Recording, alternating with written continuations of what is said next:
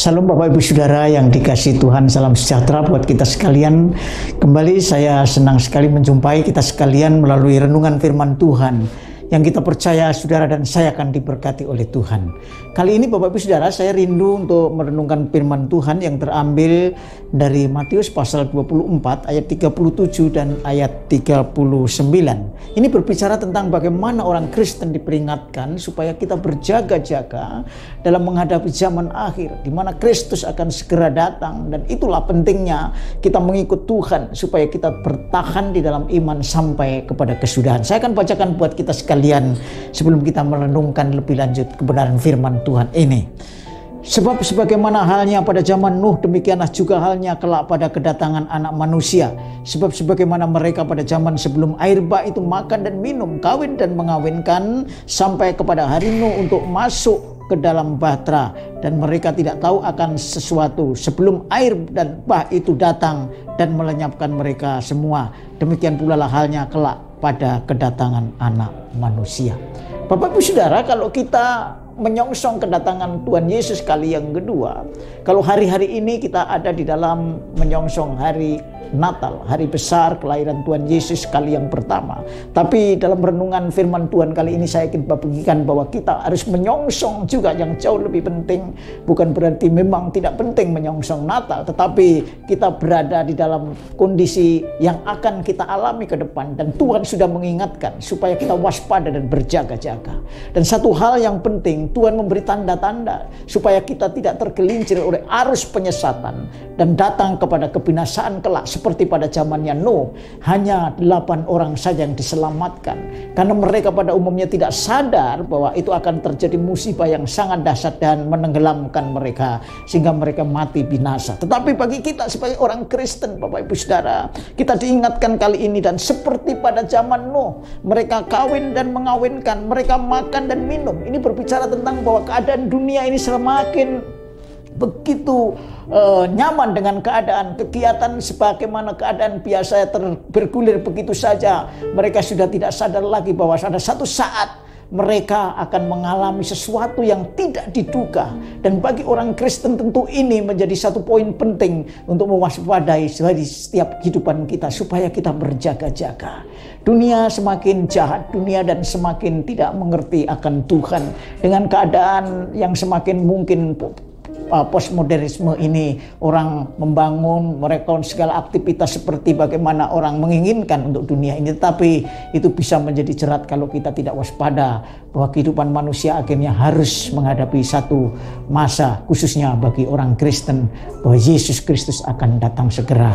Tanda yang diberikan pada saat yang pertama ini adalah bahwa semua akan asik dengan kegiatan masing-masing, seolah-olah tidak akan terjadi sesuatu apa-apa. Bagaikan Nuh dan keluarganya, mereka tahu-tahu masuk dalam bahtera dan air bah itu datang dan menenggelamkan seluruh masyarakat pada waktu itu. Tetapi Bapak Ibu Saudara, biarlah kita sebagai orang percaya yang percaya kepada Injil Kerajaan Allah dan ajaran Tuhan Yesus, kali ini kita boleh mewaspadai, jangan sampai kita tenggelam dengan keadaan dunia yang selama ini menjadi tempat kita berlabuh untuk sementara, tetapi biarlah kita lakukan sewajarnya dan kita tetap percaya bahwa Yesus akan datang. Oleh karena itu jangan terlalu sibuk dengan masalah-masalah dunia. Ingatlah bahwa kita harus menyongsong kedatangan Tuhan Yesus yang kedua kali. Ini tanda yang pertama. Yang kedua, Bapak Ibu Saudara, bahwa tanda yang kedua ketika air bah itu datang melanda dan menghukum manusia adalah seperti terjadi di dalam Kejadian pasal yang ke-6 ayat yang ke-5 yang berbunyi demikian. Bapak Ibu saya akan bacakan. Ketika dilihat Tuhan bahwa kejahatan manusia besar di bumi dan bahwa segala kecenderungan hatinya selalu membuahkan kejahatan semata-mata, maka menyesallah Tuhan bahwa Ia telah menjadikan manusia di bumi dan hal itu memilukan hatinya. Saudara-saudara, yang kedua, ini menunjukkan bahwa pada zaman Nuh kejahatan itu semakin meningkat. Orang mempunyai kecenderungan setiap pribadi dari dalam hatinya hanya ingin melakukan yang jahat.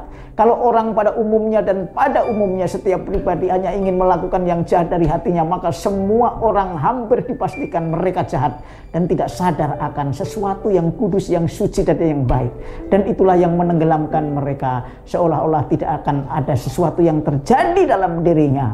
Dan itulah justru dosa yang sudah semakin menumpuk dalam diri manusia. Oleh karena itu Bapak Ibu Saudara, di dalam peringatan Alkitab dari beberapa ayat yang lain juga menyatakan bahwa jangan sampai Yesus datang seperti pencuri. Artinya apa? Bukan Yesus itu pencuri, tapi keadaannya adalah sangat mendadak dan orang tidak menyangka.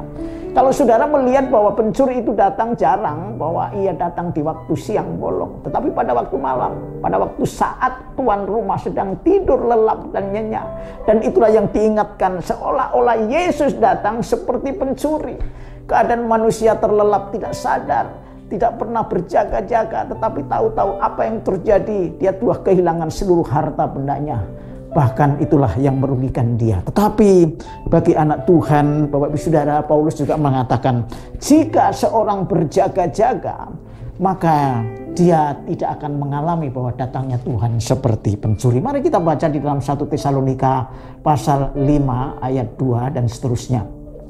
Ayat yang pertama, berjaga-jaga. Tetapi tentang zaman dan masa, saudara-saudara, tidak perlu dituliskan kepadamu. Karena kamu sendiri tahu benar-benar bahwa hari Tuhan datang seperti pencuri pada malam. Apabila mereka mengatakan semua damai dan aman, maka tiba-tiba mereka ditimpa oleh kebinasaan. Seperti seorang perempuan yang hamil ditimpa oleh sakit bersalin. Mereka pasti tidak akan luput. Jadi tidak bisa ditunda, kedatangan kali yang kedua akan menggemparkan dunia. Seperti seorang yang pasti akan melahirkan anak dan merasakan sakit. Itu tidak mungkin tidak terjadi. Tetapi kamu, saudara-saudara, ini bagi orang Kristen kita sekalian yang saat ini sedang mendengarkan firman Tuhan, kita tidak hidup dalam kegelapan. Malam berbicara tentang kegelapan. Ketidaksadaran sedang merenggut hidup kita, sehingga kita hidup dalam kegelapan. Bagaimana kita bisa mengerti pencuri itu datang, sehingga hari itu tiba-tiba mendatangi kamu seperti pencuri. Ini yang dimaksudkan, ini hanya gambaran. Kalau saudara dan saya sebagai orang Kristen, orang percaya bahwa Yesus adalah Tuhan dan saudara mengikut dan saudara hidup dalam terang, maka saudara tidak akan mengalami bahwa kedatangan Tuhan bagaikan seperti pencuri di waktu malam. Karena itu kamu semua adalah anak-anak terang dan anak-anak siang. Kita bukanlah orang-orang malam atau orang-orang kegelapan. Oleh sebab itu mari Bapak Ibu Saudara, baiklah jangan kita tidur seperti orang-orang lain. Mari kita siuman, mari kita berjaga-jaga, mari kita sadar tentang hidup kita. Hidup di dalam terang, meninggalkan segala kejahatan. Semua masa lalu, semua yang buruk, semua yang jahat kita tinggalkan. Sebab mereka yang tidur malam, waktu malam, dan mereka yang mabuk pada waktu malam. Tetapi kita adalah orang-orang siang. Baiklah kita sadar, berbaju sirahkan iman dan kasih, dan berketopongkan pengharapan keselamatan. Saudara-saudara, oleh karena itu firman Tuhan dan renungan kita kali ini mengingatkan Yesus akan datang kali yang kedua. Cepat atau lambat, Yesus pasti datang. Tidak mungkin tidak terjadi. Bagi orang yang hidup dalam kegelapan, dia akan mengalami bahwa kedatangan Yesus seperti pencuri pada waktu malam. Tetapi bagi saudara dan saya, yang hari ini diingatkan oleh Rasul Paulus, kalau saudara dan saya hidup dalam terang, hidup dalam kekudusan dan kesucian, mengikut Tuhan dengan setia, sampai pada akhirnya kita sadar bahwa hidup kita selalu siap untuk menongsong kedatangan Tuhan. Karena hidup kita adalah hidup di dalam kasih, hidup di dalam iman, dan berkotopongkan pengharapan keselamatan. Biarlah Bapak Ibu Saudara, saya mengajak kita sekalian yang mengikuti renungan ini, saudara hidup dalam kasih, hidup dalam iman, dan berkotopongkan keselamatan. Karena kalau kita ada di dalam keadaan seperti itu, kita akan menyongsong Tuhan dan kita akan menyambut Tuhan dengan sukacita. Kiranya firman Tuhan memberkati saudara dan saya sekalian. Tuhan Yesus dipermuliakan. Haleluya. Amin.